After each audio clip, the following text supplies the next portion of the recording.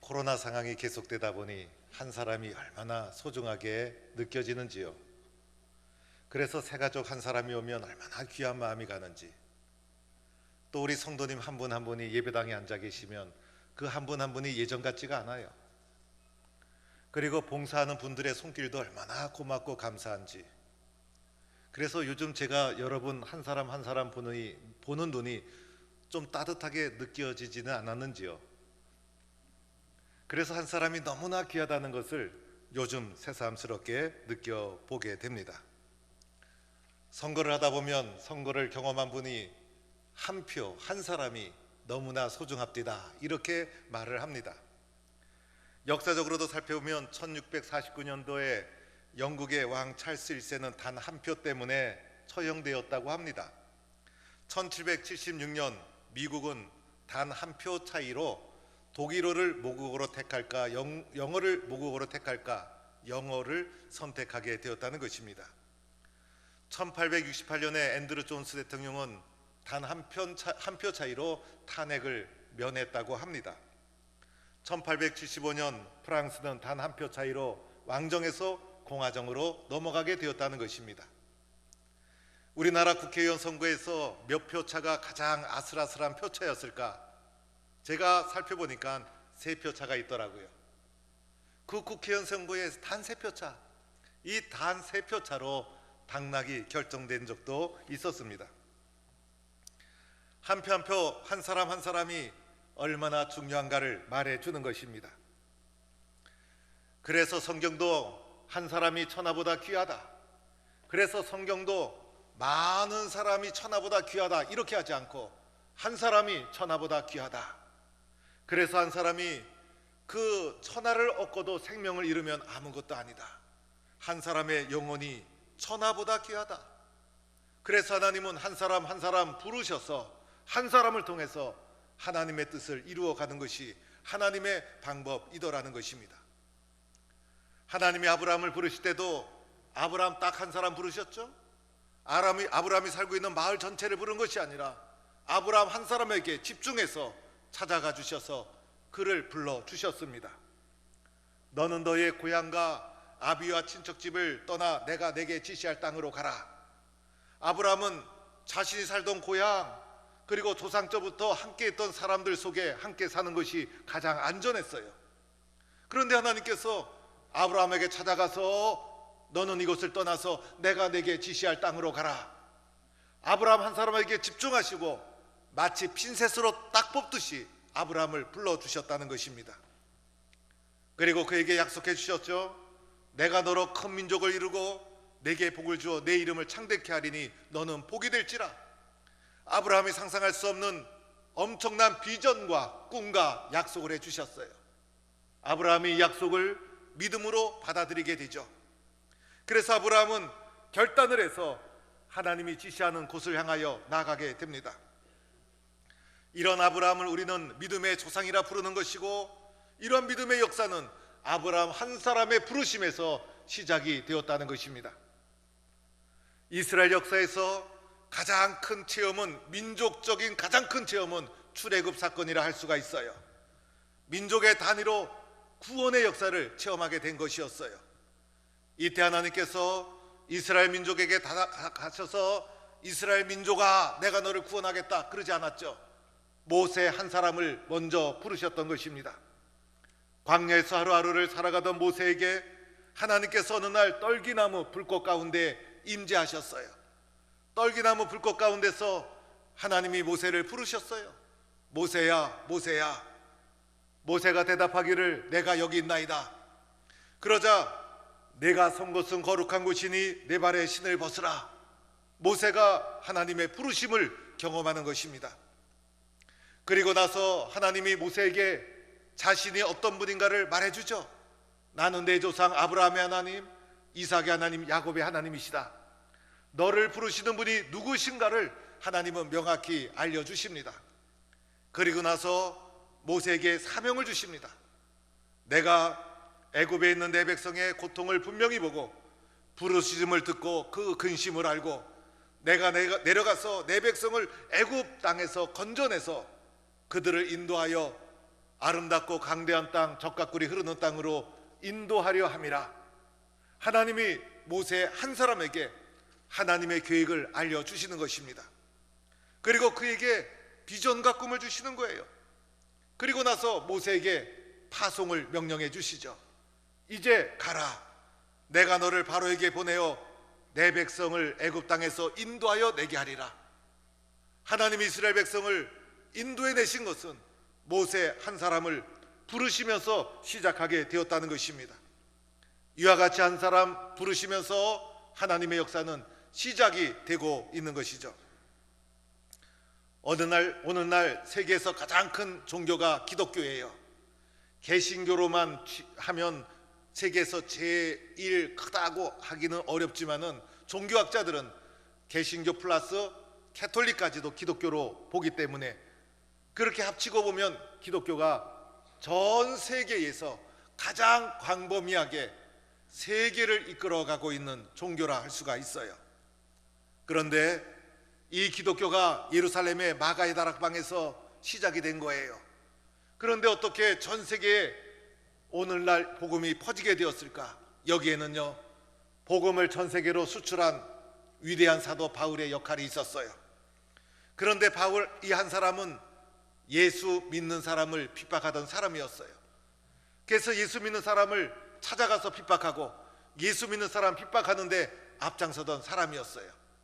그러던 어느 날 이 사람이 예루살렘에서 다메섹까지, 오늘의 시리아까지 원정 핍박을 가게 됩니다. 얼마나 광적인 핍박자였습니까?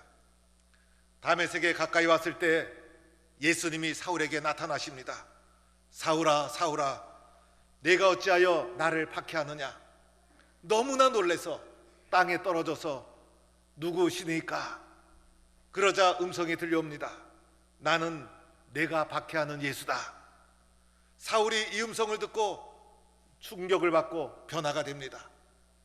예수를 핍박하던 자에서 예수 그리스도의 복음을 전 세계에 전하는 사명자로, 소명자로 변화가 되어집니다.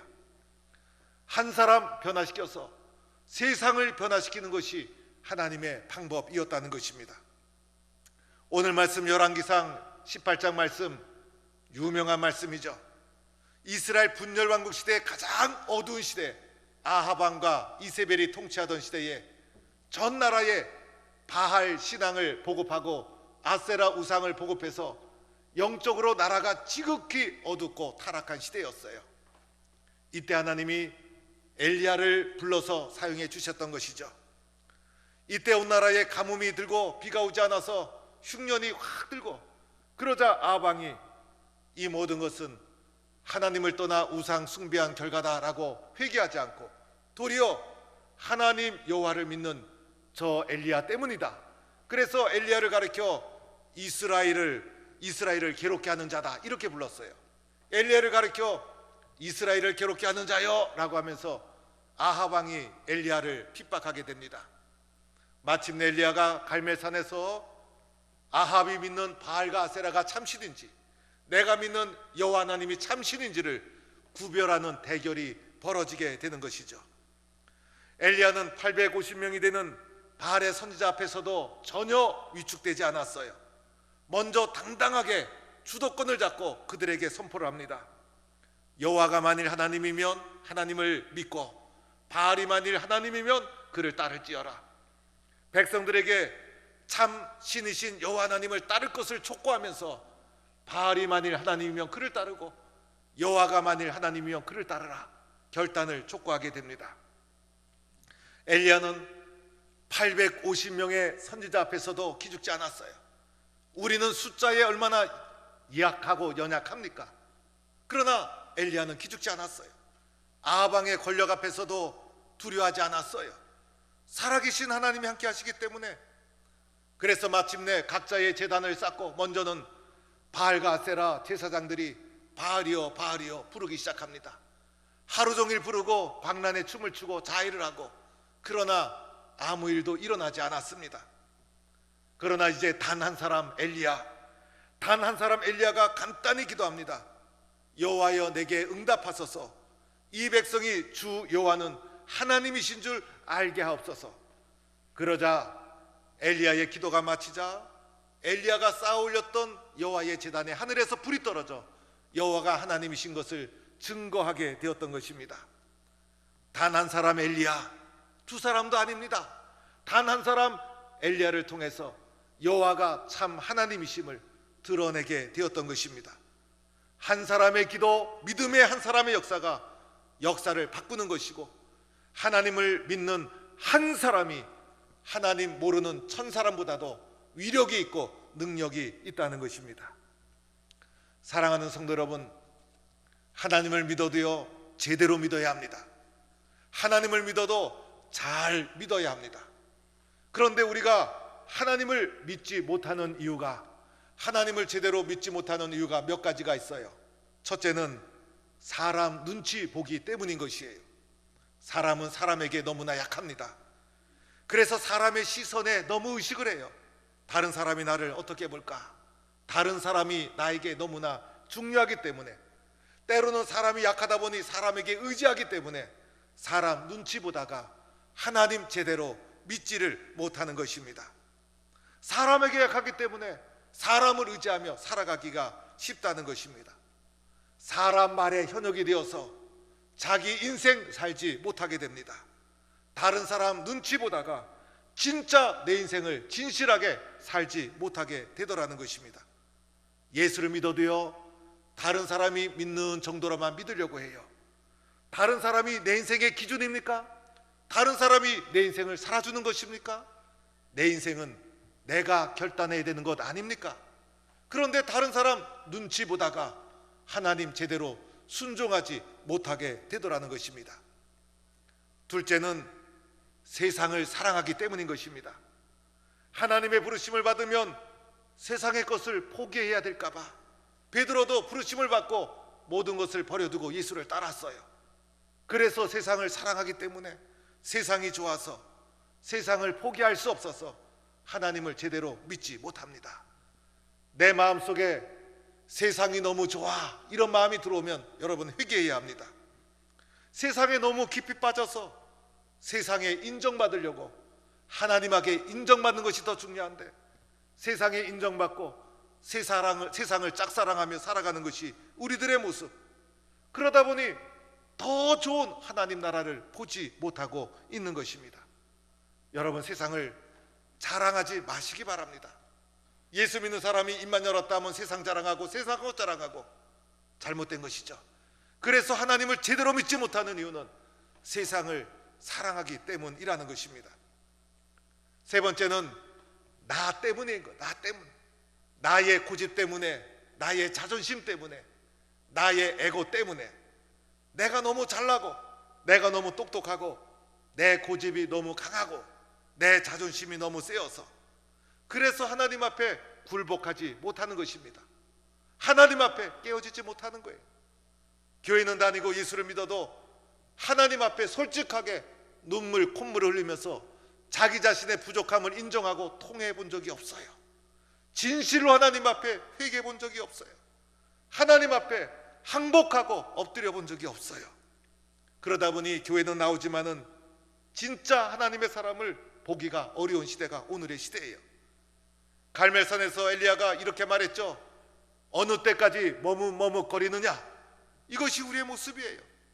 요한계시록에서 지적하셨죠. 미지근한 신앙. 이것이 우리들의 모습.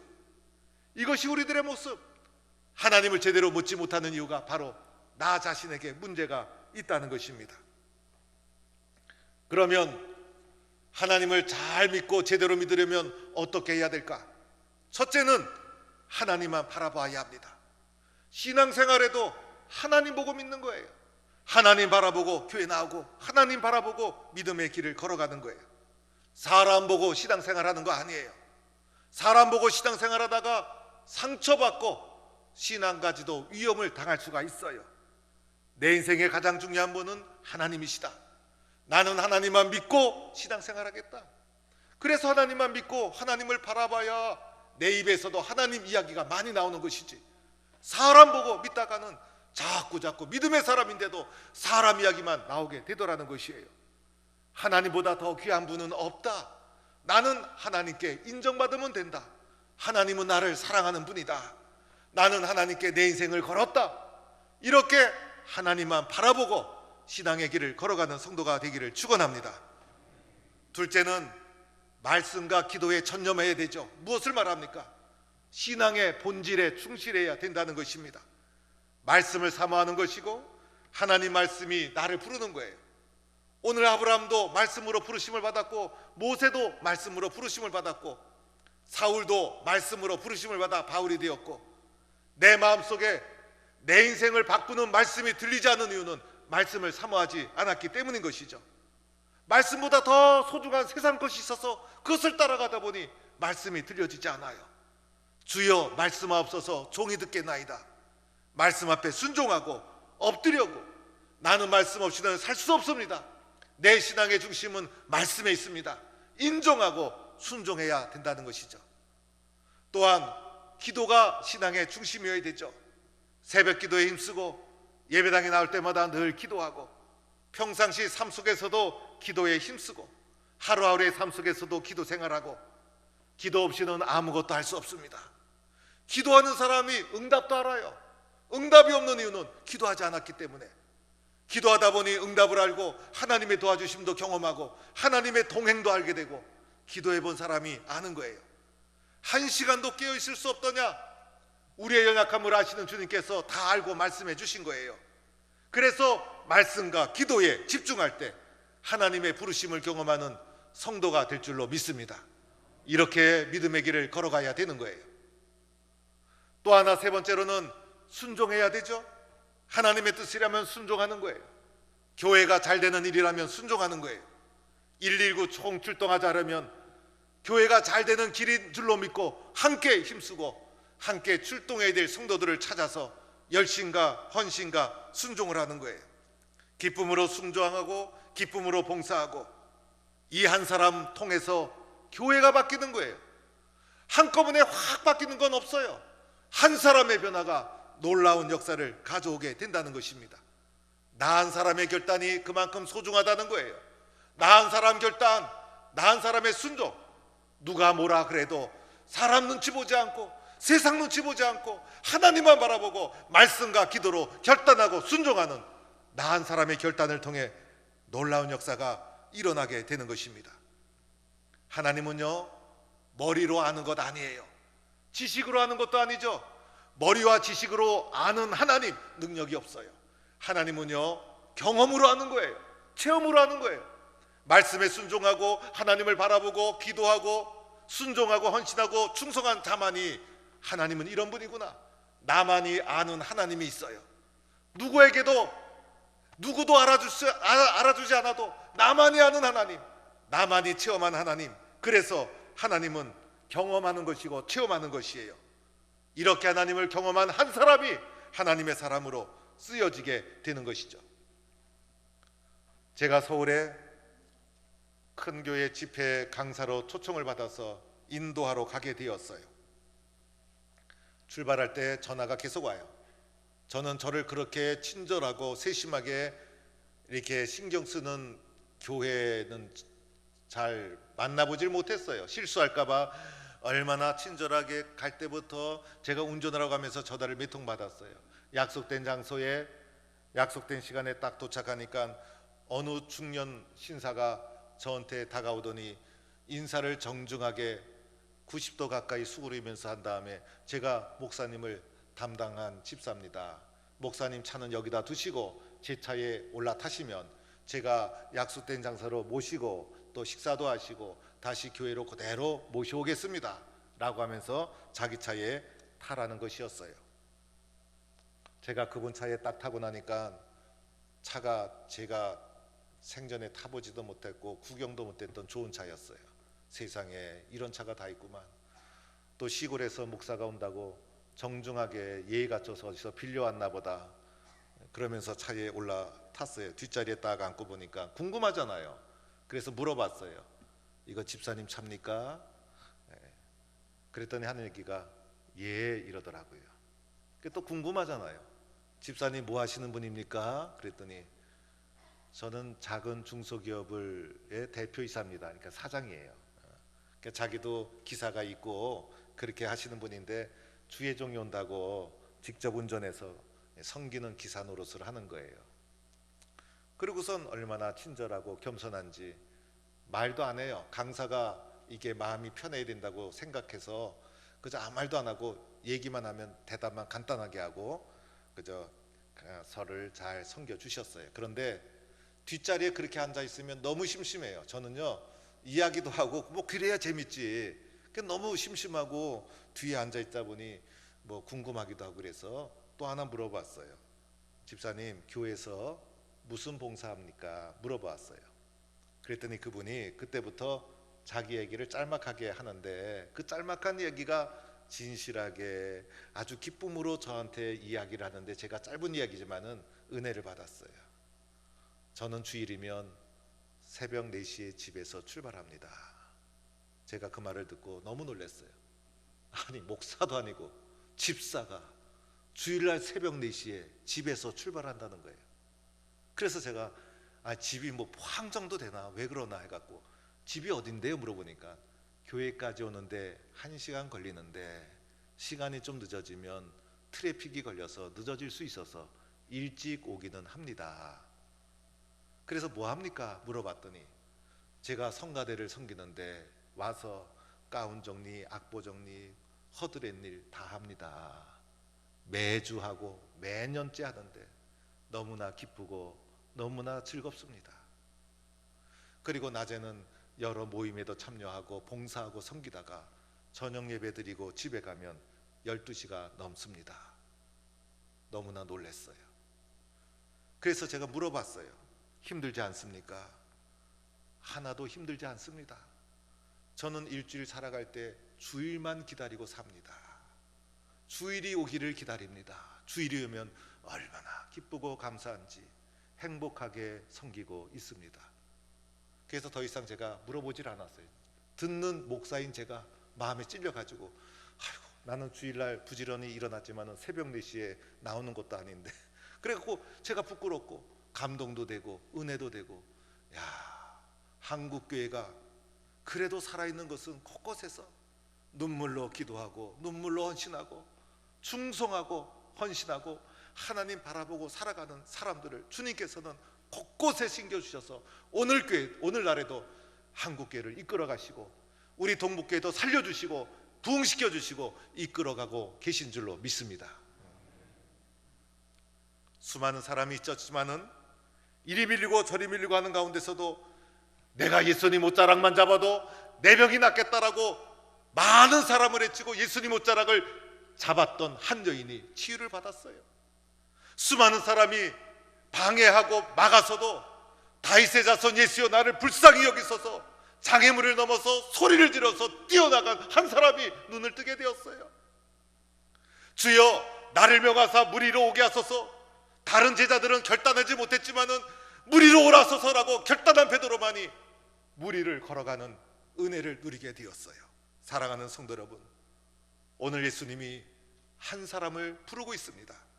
한 사람 때문에 교회가 변하고 한 사람 때문에 민족이 변하고 한 사람 때문에 교회 분위기가 살아나고 한 사람 때문에 남성교회가 살아나고 여전교회가 살아나고 구역이 살아나고 한 사람의 봉사 때문에 교회 학교가 신이 나고 성가대가 신이 나고 한 사람 때문에 부흥하는 놀라운 역사가 일어나는 겁니다. 하나님은 한 사람을 부르면서 하나님의 나라를 이 땅에 세워 나가는 것입니다. 오늘 하나님이 찾으시는 그 한 사람 저와 여러분이 되기를 주의 이름으로 간절히 축원합니다.